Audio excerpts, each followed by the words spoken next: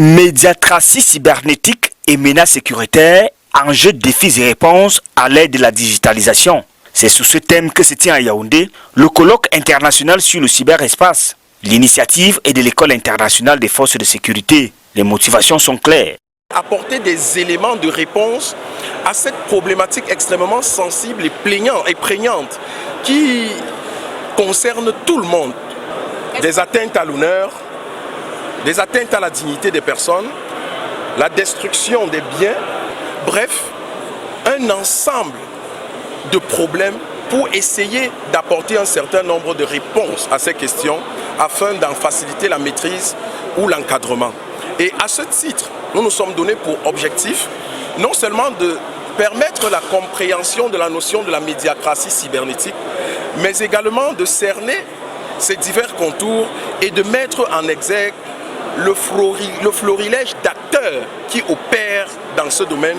Et nous voulons également, à travers cette rencontre scientifique internationale, essayer d'identifier les modes opératoires de ces acteurs qui assurent la promotion de ces actes répréhensibles qui troublent non seulement la quiétude des individus, mais menacent également la paix, la sécurité et la stabilité des États pris dans leur globalité.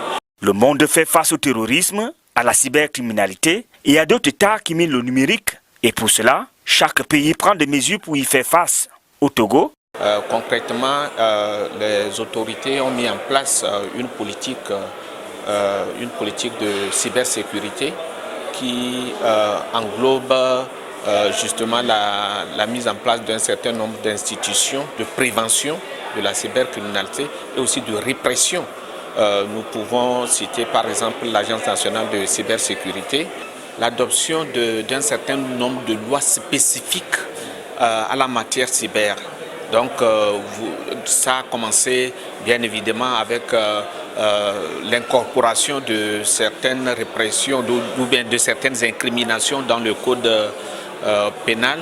Au Congo-Brazzaville, aucune loi n'a encore été adoptée dans le sens de lutter contre la cybercriminalité. Les autorités se contentent encore de l'Agence de régulation des postes de télécommunications. Elle est toutefois imminente, cette loi. Jusqu'alors, on n'a pas une législation qui est prise dans ce domaine. Il est déjà prévu dans les jours à venir, il y aura une législation en ce qui concerne la lutte contre la criminalité cybernétique. Il y a une agence de régulation de postes et de communication électronique. C'est un organe qui a été mis en place pour réguler, pour contrôler, pour veiller aux cyberattaques, à la cybercriminalité. Internet, réseaux sociaux, doit-on s'en détourner? Non, selon d'imminents enseignants en communication. Mais lorsqu'on pense la violence et qu'on associe cette violence à Internet, on observe qu'elle reçoit une très grande valeur ajoutée. Et c'est dans ce sens donc qu'il faut essayer de voir quels sont les ressorts sur lesquels Internet s'appuie pour devenir une machine de violence et comment faire en sorte que, précisément, on circonvienne. La rencontre de Yaoundé entend trouver des solutions pour améliorer des pratiques et des mécanismes de contrôle afin d'éviter le pire aux États.